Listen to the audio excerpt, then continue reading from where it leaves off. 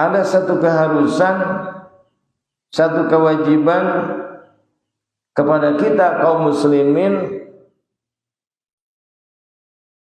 untuk berupaya dan berusaha bil hubbi fillahi ta'ala, mencintai zat hadirat Allah Subhanahu wa ta'ala, sehingga Allah Subhanahu wa ta'ala lebih dicintai daripada mencintai selain Allah Subhanahu wa ta'ala. Abduhu wa rasuluh sadiqul wa'dil amin. Allahumma salli wa sallim wa barik ala sayyidina Muhammadin wa ala alihi wa sahbihi kiram, amma ba'du. Faqala rabbi shrah li sadri wa yassir li amri wahlul 'uqdatam min lisani yafqahu qawli. Allahumma aftah masami'a qalbi li dzikrika warzuqni ta'ataka wa ta'ata rasulika wa amalan bi kitabik. Allahumma lakal hamdu wa ilaikal mustaka wa antal musta'anu wa la hawla wa la quwwata illa billahil aliyil azim. Allahumma inna nas'aluka ilman nafi'a, amin, wa nas'aluka rizqan thayyiba, amin, wa amalan mutaqabbala, amin. Allahumma ij'al khaira umurina akhirahu, amin, wa khairu amalina khawatimahu, wa khairu ayyamina yawmal liqa'ik, amin ya Allah ya rabbal alamin. Hadratul mukarramin, bapak-bapak, ibu-ibu dan saudara-saudaraku kaum muslimin, jamaah pengajian Masjid Islahul Ummah yang sama-sama mengharapkan ridho dan maghfirah Allah Subhanahu wa ta'ala. Mari kita memanjatkan rasa syukur kita ke hadirat Allah Subhanahu wa ta'ala atas segala nikmat yang telah Allah anugerahkan kepada kita semua. Salah satunya nikmat kesehatan, nikmat kesempatan, sehingga malam hari ini kita dapat hadir di majelis pengajian yang mulia ini.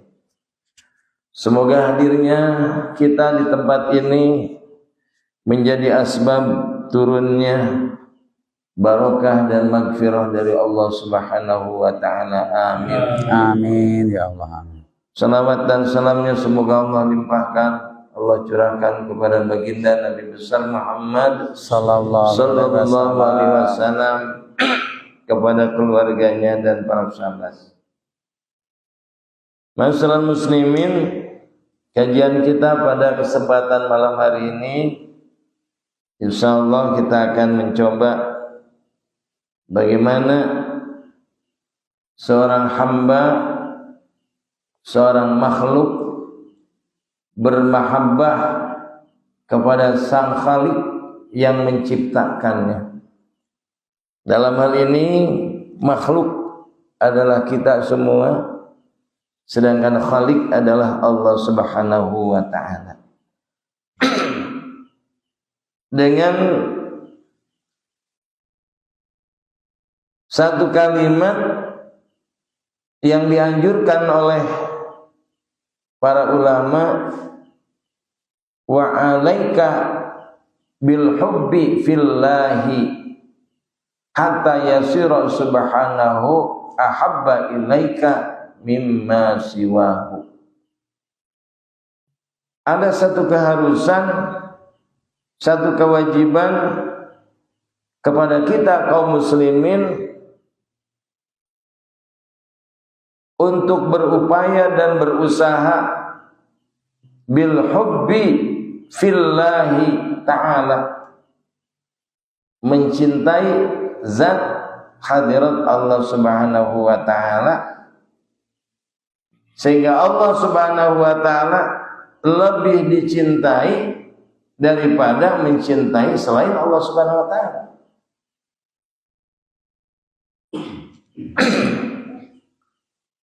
Masyarakat muslimin, bagaimana kita mencintai Allah Subhanahu wa taala?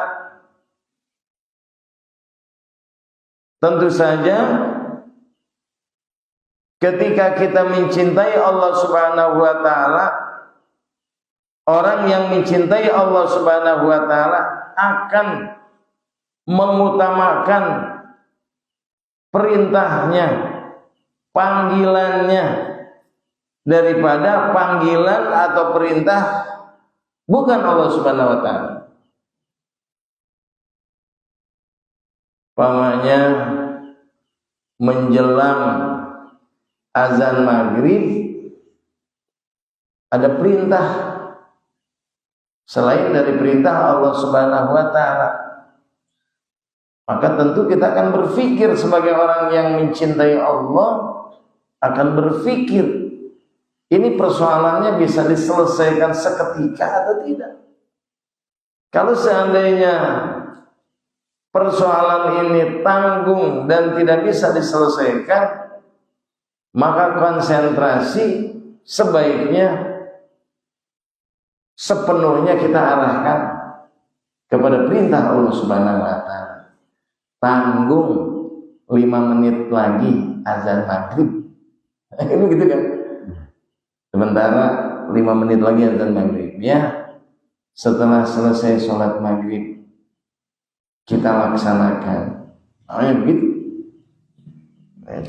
Jadi bukan tanpa alasan, kapan saja mau nanggung atau tidak, lantas yang penting apa yang menjadi keinginan kita, walaupun bertentangan dengan katakanlah kecintaan kita kehadirat Allah Subhanahu wa taala, berani dilakukan kecuali dalam keadaan darurat.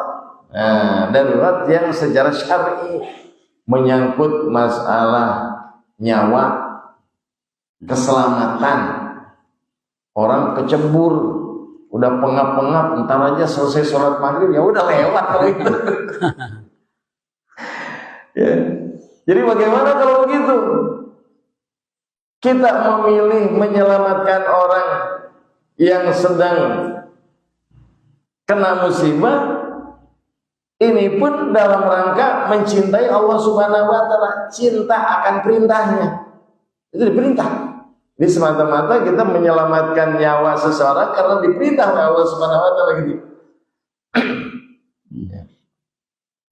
Oleh karena itu maka niatnya jangan lupa, niat melaksanakannya adalah karena titah Allah Subhanahu wa taala, bukan yang lain-lain. Innal masyarul muslimin. Jadi kalau dalam kenyataannya kita dihadapkan dengan berbagai persoalan, maka semuanya harus dikembalikan kepada Allah Subhanahu wa taala. Mencintai anak, mencintai istri, mencintai keluarga, itu tidak lepas masih di dalam bingkai mencintai Allah Subhanahu wa taala. Bagaimana Anda kok sepertinya lebih cinta kepada anak dan istri? Oh enggak, kami mencintai mereka itu karena diperintah oleh Allah Subhanahu wa taala. Contoh bagaimana baginda Nabi Ibrahim alaihissalam. Itu kan Nabi Ibrahim alaihissalam sehingga mendapat gelar Khalilullah, dan malaikat menyampaikan, ya Rabb, mengapa Ibrahim mendapatkan gelar Khalilullah, kekasih Allah, padahal yang selama ini aku tahu sepertinya hanya sibuk ngurusin keluarga dan hartanya. Kata Allah, tidak wahai malaikat, sesungguhnya Ibrahim melakukan hal itu dasarnya karena kecintaan kepadaku. Perlu bukti, kan kita lo gitu. Perlu bukti, maka dibuktikan. Bagaimana kecintaan Nabi Ibrahim alaihissalam kepada Allah melalui perintahnya sampai-sampai anaknya sendiri diperintahkan disembelih, dilaksanakan oleh Nabi Ibrahim alaihissalam. Ini masyarakat muslimin. Jadi frame-nya semuanya dalam rangka cinta kepada Allah Subhanahu. Nah, ketika kita yang dijadikan sandaran dan dasarnya cinta kepada Allah Subhanahu wa taala, maka dalam praktek pelaksanaannya tidak boleh bertentangan. Ya, tidak boleh bertentangan. Ibu cinta sama suami, Bu? Bu, bagi yang punya suami di atas cinta sama suami. Cinta sama anak cinta. Bapak-bapak cinta sama anak dan istri cinta? Cinta. Itu. Kalau ibu dan bapak mencintai anak, mencintai istri, mencintai suami, dasarnya karena Allah. Jangan dibiarkan anak dan istri menjauh dari Allah Subhanahu wa taala. Karena Al-Qur'an telah menjelaskan qu anfusakum wa ahlikum nar. Jaga, pelihara diri kamu dan keluarga kamu, anak dan istri. Anfusakum nar, ku anfusakum wa ahlikum nar. Jaga diri kamu, anak-anak kamu, keluarga kamu naruh dari jilatan api neraka. Artinya tidak boleh anak-anak kita, istri dan keluarga kita melakukan perbuatan yang bertentangan dengan kecintaan kepada Allah Subhanahu wa taala. Antara lain ketika datang waktu sholat 5 waktu, subuh terutama, karena subuhnya masih awal, jam 4.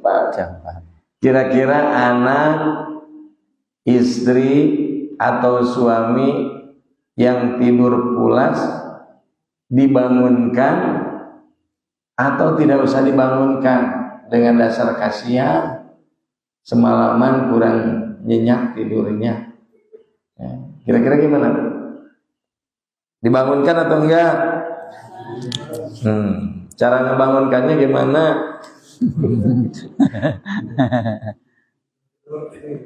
Ya, cara membangunkannya dengan cara dan metode orang yang mencintai Allah Subhanahu wa taala. Dengan cara yang santun, dengan cara yang beradab, dengan etika, entong bari dicarekan di kalangan.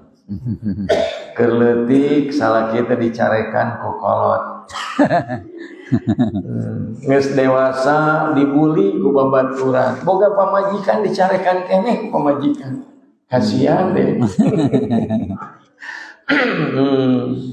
Ya. Jadi dengan cara yang beradab, ya kayak iklan di TV dulu, sekarang sudah tidak tampil lagi.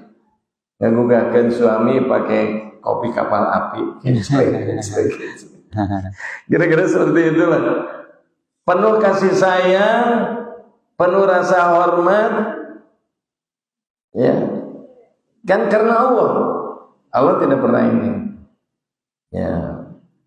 Jadi kembali ini kan ini ya. Lamun datang waktu subuh, tekuat ku panontunu. Terus nani Bu? Bu? Aduh. Tuh kaliwat salat subuh nu kitu bapak jeung anak tepuguh. Tepuguh naon? Tepuguh tujuan. Ya. Jadi tidak ada toleransi walaupun mata kita masih sempet, kalau Pak Haji Yus sudah mukul beduk di selalu rumah, bangun, ayo bangun, bersama bangun, cuci muka, ambil air wudhu, bangun, ya, yang, ayo bangun, tidurnya besok lagi, besok kan masih ada malam, yuk besok tidurnya, isukan sarena, jangan tidur lagi setelah sholat subuh, boleh, yurisul pakro, tidur setelah sholat subuh itu nggak waris karena kepakiran. Orang lain pagi-pagi sudah pergi bekerja, ini tidur, nggak boleh. Ada dua waktu yang dilarang dan tidak dianjurkan untuk tidur. Pertama setelah sholat subuh, yang kedua setelah sholat asar. Setelah sholat asar itu yurisul majnun, ngawaris karena gelo. Nah, kenapa? Coba sok lamun sare tos salat asar, rasa teh kalau subuh, lungleng linglung. Ya. Jangan dibiasakan. Ya sekali-kali mah, Irin, sekali-kali. Jadi gimana kondisi sudah tidak kuat, mata sudah sempet, kepala udah pening, ya udah ngelenyap. Tapi jangan dibiasakan, sakalimat dengan naon, sekali. Nah, ini masalah muslimin. Bal hatta la yasira laka mahbubun illa iyyah.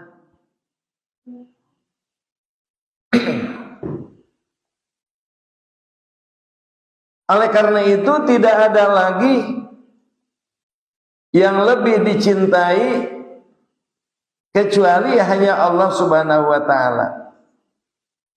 Nah, cinta kepada Allah yang mendalam dalam istilah tasawuf disebutnya mahabbah. Mahabbah. Ya. Mahabbah adalah prinsip yang menghubungkan seorang hamba dengan Allah Subhanahu wa ta'ala. Jadi bagaimana seorang yang mencintai Allah Subhanahu wa ta'ala? Pertama, orang yang mencintai atau mahabbah kepada Allah Subhanahu wa ta'ala adalah senang berkhalwat. Senang berkhalwat, senang menyendiri, kemudian dari lisannya meluncur kalimat-kalimat thayyibah yang sangat banyak. Ya. Kapan? Baik pagi, siang, malam, sepanjang hari tidak pernah lisannya itu kering dari menyebut asma Allah. Karena mahabbah. Dan apabila mahabbah ini sudah betul-betul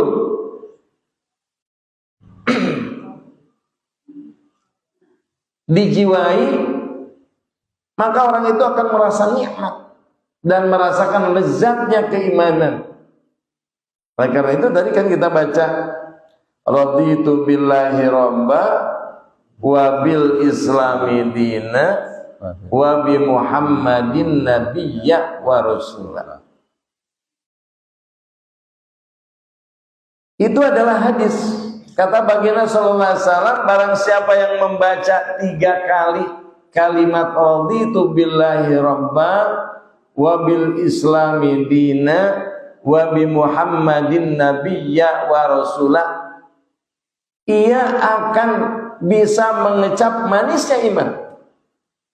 Nah, ketika yang bersangkutan mengecap manisnya iman, itu adalah buah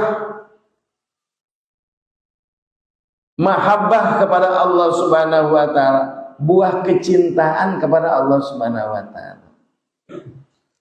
Pak, Bu, pernah tertambat sama orang enggak? Pernah tertambat sama seseorang enggak? Bapak Ibu, pernah enggak? Ya pernah lah. Pernah. Ya itu. Mata kawin ke bogoh badan sarua. Bahasanya bagaimana? Kalau bahasa itu dilukiskan dengan kata-kata bahasa daerah kita, bahasa Sunda, disebut nanti peureum kadeule beuntak karasa. Tipe ting teu daek nyaring sare meureun. Lain teu daek nyaring. Tipe ting teu geunah Sare. sare teu dibera sare, dibera ngabarungsina sarua tatang gitu. Kitu lain kieu salah. Naon sababna? Laper. Si eta. Ya Allah. Dina panon teh kok kelepatan teh si eta we ka mana-mana. Tapi kan ningali bujur kuda ge asa si eta. Ya Allah. Nah, jami anu mabok cinta itu Pak bisa buta gitu. Bisa buta. Bahkan dunia hanya milik berdua. Ya, bisa buta. Buta apa? Teu aya kasieun, teu aya kasieun. Teuneng ludeng poek hujan. Itu ketika orang sudah mabuk di mabuk cinta. Manusia dengan manusia. Coba kecintaan itu arahkan kepada zat Allah Subhanahu wa taala. Kalau kecintaan itu diarahkan kepada Allah Subhanahu wa taala, ya, sehingga bisa membutakan matanya, membutakan mata dalam arti tenang ludeng, tenang ludeng. Dalam arti tenang ludeng, teu aya kasieun. Pan rata-rata jalma teh kasieun teh ku sabab ningali. Aya teu ningali mah teu sieun. Ya. Bahasanya bagaimana? Leur belaan diitekan, poek belaan di batrean, hujan belaan di payungan. Mana? Karena dipanggil, ada panggilan suara yang melantunkan asma Allah. Di mana? Di Islahul Ummah. Pinuh masih di Islahul Ummah. Dan memang kecintaannya udah full. Ya. Dan orang kalau belum cinta mah segala rupanya direka-reka. Kang ayo tuh alahnya eta usum halodo teh hese cai di ditu mah secai. Jadi kumaha hese abdi mah kaburangan we. Ini usum hujan, nya eta tuh hujan. Narek kira atuh usum halodo nyebutkeun hese cai, usum hujan nya eta hujan. Itu mau kapan atuh? Hatta zurtumul maqabir, sampai dia masuk ke liang kubur terus ngabobodo diri sendiri. Kenapa? Itu karena kecintaannya belum tumbuh di dalam dirinya. Masyarakat muslimin, ada hal-hal yang bisa mengarahkan diri kita untuk secara optimal mencintai Allah Subhanahu wa taala. Mau tahu? Bu, Pak? Mau tahu atau mau tahu banget? Hal-hal berikut ini kalau kita lakukan dengan serius, dengan sungguh-sungguh, akan membuahkan kecintaan kita ke hadirat Allah Subhanahu wa taala. Mana yang pertama, membiasakan diri kita bertaubat kepada Allah Subhanahu wa taala. Yang kedua, membiasakan diri berperilaku warok. Warok itu waroi apik. Yang ketiga, membiasakan diri zuhud. Yang keempat, membiasakan diri berperilaku sabar. Yang kelima, membiasakan diri membersihkan hati. Jagalah hati, gitu kan. Yang keenam, membiasakan diri mempelajari ajaran agama Islam, memperdalam ajaran agama Islam. Yang ketujuh, membiasakan diri mengingat-ingat nikmat yang Allah berikan. Yang kedelapan, membiasakan diri berdoa dan bermohon kepada Allah Subhanahu wa taala. Yang kesembilan, membiasakan diri menjalankan perintah Allah dan meninggalkan segala apa yang dilarangnya. Kemudian yang kesepuluh, berkurban seperti yang sering kita lakukan setiap setahun sekali dengan menyembelih hewan. Kalau kurban dengan hewan atau berkurban dengan tenaga pikiran fi sabilillah, itu ada 10 setidaknya. Urang papai hiji-hiji. Yang pertama, membiasakan diri bertaubat kepada Allah Subhanahu wa taala. Kita tahu baginda Rasulullah sallallahu alaihi wasallam, Nabi Muhammad sallallahu alaihi wasallam, seorang nabi dan rasul yang dimaksum oleh Allah Subhanahu wa taala, terjaga dari perbuatan-perbuatan dosa. Manakala baginda Rasulullah sallallahu alaihi wasallam arad basyariahnya timbul sehingga akan melakukan kekeliruan, segera dikoreksi oleh Allah Subhanahu wa taala. Gitu. Tapi beliau dalam sehari semalam memohon ampun kehadirat Allah Subhanahu wa taala tidak kurang dari 70 sampai 100 kali membaca istighfar. Bagaimana dengan kita? Berapa kali kita membaca istighfar?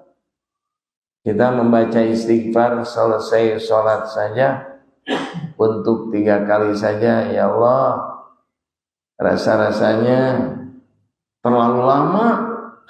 Kesel kunaon salatnya teu berjamaah kayak selalu lila teuing mama maca istighfar lagi panjang. Alasan Astaghfirullahaladzim, Astaghfirullahaladzim, wali walidayya, wali masyayikhi, wali sahibil huquqil wajibati alayya, ولإخواننا وللمؤمنين والمؤمنات والمسلمين والمسلمات الأحياء منهم والأموات أستغفر الله العظيم. Itu. Asok kita asok sekapeung. Jadi itu nama membaca Astaghfirullahaladzim alladzi la ilaha illa huwal hayyul qayyum wa atubu ilaih min jami'il ma'asi wa dzunub. Alhamdulillah lah 3 kali. Ya Allah. Ya, ini Asyrarul muslimin. Membaca istighfar bukan hanya karena seseorang itu melakukan perbuatan dosa. Tidak, kata ulama. Nabi dosa naon atuh Kanjeng Rasul. Jadi orang membaca istighfar itu bukan karena yang bersangkutan melakukan dosa saja, tapi sikap kita yang lalai yang lebih mengutamakan hal-hal yang bersifat duniawiyah daripada ukhrawiyah pun, itu pun harus dimohonkan ampun sebetulnya. Ari abdi rek istighfar naon da satu boga dosa, unggal poe cicing di imah, papangijeng jelema henteu. Enggak begitu, justru melalaikan perintahnya, tidak seimbang antara pengabdian kita dengan pemberian yang Allah Subhanahu wa taala berikan kepada kita yang begitu banyak, itu pun menunjukkan lalai diri kita. Ya, menunjukkan lalai. Maka kita harus mohon ampun. Terlebih-lebih bagi orang yang melakukan dosa dan perbuatan. Itu.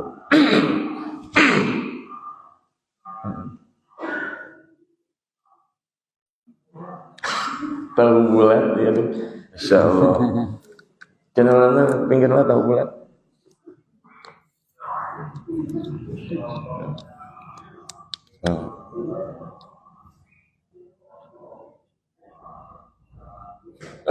Dari kuping ke kuping. Cirina normal kene. Masyaallah muslimin, Allah Subhanahu wa taala berfirman di dalam Al-Qur'anul Karim surat An-Nur ayat 31. Wa tubu ilallahi jami'an ayyuhal mu'minuna la'allakum tuflihun. Dan hendaklah kamu sekalian bertaubat kepada Allah Subhanahu wa taala, wahai orang-orang yang beriman, agar kamu sekalian memperoleh kebahagiaan. Jadi taubat ini merupakan pintu untuk mendapatkan kebahagiaan. Ya. Coba. An Abi Hamzah an Anas bin Malik Al-Ansari khadimi Rasulullah sallallahu alaihi wasallam, Allahu afrahu bi taubati abdihi min ahadikum saqapo ala ba'irihi wa qad adallahu fi ardin falatin mutafaqun ilaih. Dari Abi Hamzah, dari Anas bin Malik Al-Ansari, sahabat Ansor, dan beliau adalah pelayannya baginda Rasulullah sallallahu alaihi wasallam. Kata baginda Rasulullah sallallahu alaihi wasallam, Allahu afrahu bi taubati abdihi min ahadikum. Allah sangat bahagia ketika melihat hambanya, salah seorang hamba di antara kamu sekalian bertaubat. Jadi Allah sangat senang ketika melihat hambanya bertaubat kepadanya. Senangnya Allah Subhanahu wa taala dengan seorang hamba yang bertaubat kepadanya itu lebih senang daripada seorang yang hilang untanya di hutan secara mendadak tiba-tiba diketemukan. Waduh, ini hadis tak kudu dipikiran dan diakurkan ke zaman kiwari. Da barudak mah kahiji teu boga onta, kadua teu pati ngarti ari onta leungit di leuweung mah. Mobil atulah. Bungahna Allah Subhanahu wa taala ka hambana anu bertobat lebih bungah dibanding jeung hiji jalma anu leungit mobilna tiba-tiba kapanggih deui. Ya Allah. Sok lu can ngarasakeun hilang malah. Lu can ngarasakeun hilang mah manaon-naon, cengir we. Ya, nu geus ngarasakeun hilang kuring tah 3 bulan lungleng. Yang nyium deui buru-buru kapan meuli deui gitu, mutang we. Ya Allah, lungleng linglung leungit mobil teh. Barorah mobil motor ge. Lapor ka ditu ka dieu, alhamdulillah teu kapanggih. Itu. Tapi da rahasia Allah Subhanahu wa taala. Segala sesuatu yang terjadi kita kan belum tahu rahasia. Si orang aya norek mere mobil, ya mana nginjem leungit Avanza dibere Innova. Alhamdulillah genep tahun pakai Innova, beres pulangkeun deui. Ada yang menang nginjem tuh orang. Ya sabar, ikhtiar. Sabar bari menyekalnya dah hati lah. Genep. Ya Allah. Doana Allahumma ajirni bi musibati wa akhlifni khairan minha. Oleh karena itu Allah Subhanahu wa taala berfirman di dalam surat Az-Zumar, Quran surat Az-Zumar ayat 53. La taqnatu mir rahmatillah. Innallaha yaghfiru dzunuba jami'a. Kamu sekalian jangan pernah putus dari kasih sayang Allah, dan sesungguhnya Allah akan mengampuni dosa-dosa kalian semua. Saudara muslimin, inilah pengakuan-pengakuan dosa kita, baik dosa itu yang dirasakan, disadari atau tanpa disadari.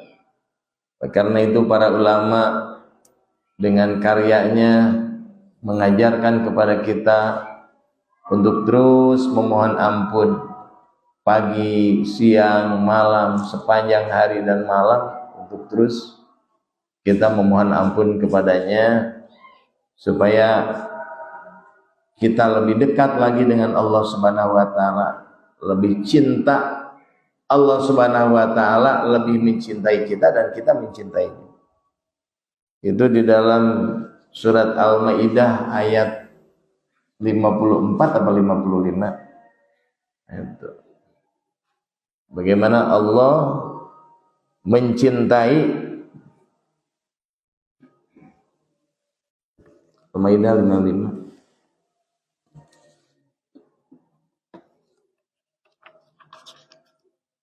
Ya ayyuhalladzina amanu may yartadda minkum an dinihi fasawfa yatillahu biqaumin yuhibbuhum wa yuhibbunahu adhillatul 'alal mu'minina 'izzatin 'alal kafirina yujahiduna fi sabilillahi wa la yakhafuna lawmatan la'im. Dzalika fadlullah yu'tihi man yasha wallahu wasi'un 'alim. 54 ya, Al-Maidah 54. Ya. Maka silakan nanti untuk terjemahannya dibaca sendirilah. Khawatir tidak terselesaikan karena ini panjang. Namun insyaallah pada kesempatan minggu yang akan datang kita akan coba Al-Maidah 54 ini bahas kembali insyaallah.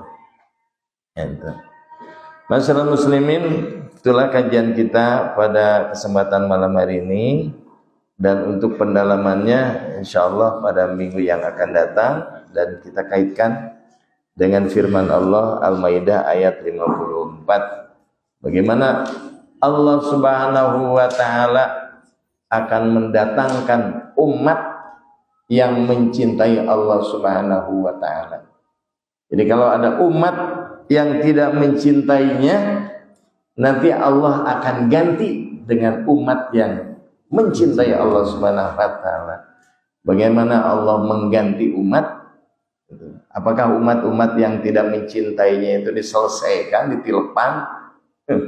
Atau bagaimana? Itu rahasia Allah Subhanahu wa taala ya. Oleh karena itu satu kewajiban bagi kita untuk mencintainya, mencintai Allah melebihi apapun. Dan ketika kita mencintai orang-orang terdekat, anak, istri dan sebagainya, maka frame-nya dalam rangka mencintai Allah Subhanahu wa taala, dan dalam prakteknya tidak boleh bertentangan. Seperti tadi, pada saat datangnya waktu sholat, maka anak, istri, keluarga harus diingatkan untuk melaksanakan kewajiban. Saya pernah mendengar satu ceramah dari seorang alim yang mengatakan, apabila kita mencintai anak dan istri, tiba-tiba waktu sholat sudah datang, kemudian anak istri tidak dibangunkan, tidak ada bedanya seperti rumah itu kebakaran, kemudian kita tidak pernah membangunkan dan tidak pernah menyelamatkannya, dibiarkan terpanggang api. Itu kan diibaratkan, dianalogikan seperti itu. Itulah orang yang tidak pernah mengajak, memerintahkan anak istrinya untuk melaksanakan kewajiban, maka tidak ada ubahnya seperti rumahnya sedang kebakaran, kemudian anak dan istrinya dibiarkan. Atau sebaliknya, suami anak-anaknya dibiarkan, tidak dibangunkan, seperti itu. Kan tega, berarti kan tega. Dan ini menjadi satu pelajaran. Saya masih terngiang ingat itu, siapa lupa yang ceramahnya seperti itu, beliau menganalogikan. Demikian Ibu Bapak sekalian, semoga Allah Subhanahu wa taala senantiasa membimbing kita dengan hidayah dan taufiknya. Amin. Dan kita diberikan kesehatan sehingga pada minggu yang akan datang kita bisa berjumpa dalam kegiatan pengajian di masjid yang kita cintai ini, Masjid Islahul Ummah. Ya, insyaallah keberkahan akan selalu menyertai kita semua. Wallahu muwaffiq ila aqwamit thoriq, billahi taufiq wal hidayah. Assalamualaikum warahmatullahi wabarakatuh.